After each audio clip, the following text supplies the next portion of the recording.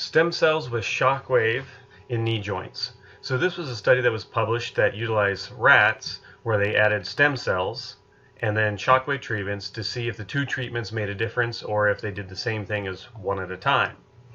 And the publication was definitely a little interesting as they're looking at how did the bone change. So in any arthritis, you think about, you have the inside fluid, the synovial, that gets irritated. You have the cartilage in knees, we're commonly talking about the meniscus, and then you have the bones underneath and the hyaline cartilage. So you have all these combinations of tissues that can get injured, and how can we stimulate them to get the best amount of repair possible? So the adipose stem cells, those are fat drives. They took the fat, spun it up, put it back in, helped make the thing work. A little bit more complicated than that, but that's where it's coming from. So they did that treatment. They combined it with shockwave, where they're really trying to irritate the cartilage, but also that bone right underneath that knee joint to see if they can get some comparisons. And then, of course, because they're rats, they passed away suddenly and were able to be examined.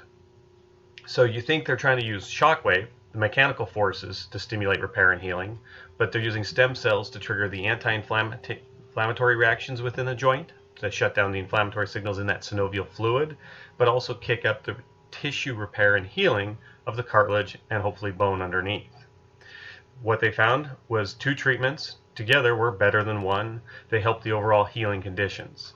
So it helped hit that anabolic, that repair part. So if you think of repair processes in your house, part of it is to get the handyman there, get the workers going, and get them in the right area to start fixing stuff. It's like getting Mike in the office, get him going.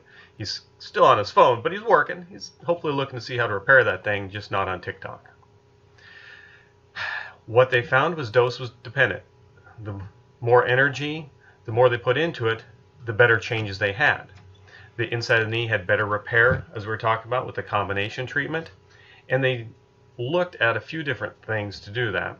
So these stimuluses, the mechanical and the chemical, are trying to ramp up those repair cells, shut down the inflammatory.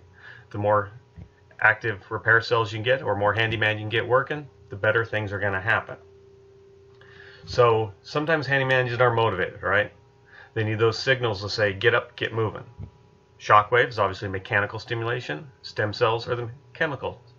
And if you can get that happening, we can find ways to get different factors improved. We can enhance the growth factors. We can make tissue repair. So we see that a lot with shockwave, where we can get the muscles, tendons, and ligaments to repair. This study also showed that there was a little bit of bone change underneath in that cartilage, so right under that hyaline cartilage, right below that increased trabecular, or those, think 2x4s in bone, to help add a little bit more stability to it. We combine that in office with laser to further shut down pain and inflammation, Grafton to attack some of the soft tissue treatments on the outside, and then functional exercise, because it doesn't do any good to get rid of the pain if it's going to come back if you can't teach the body to move as it should once again. So we have plenty of information available on our website on the knee treatment pages, or you can download our knee book on Amazon or off the website for more information. Once again, thanks for watching, and like and follow the channel. Have a great day.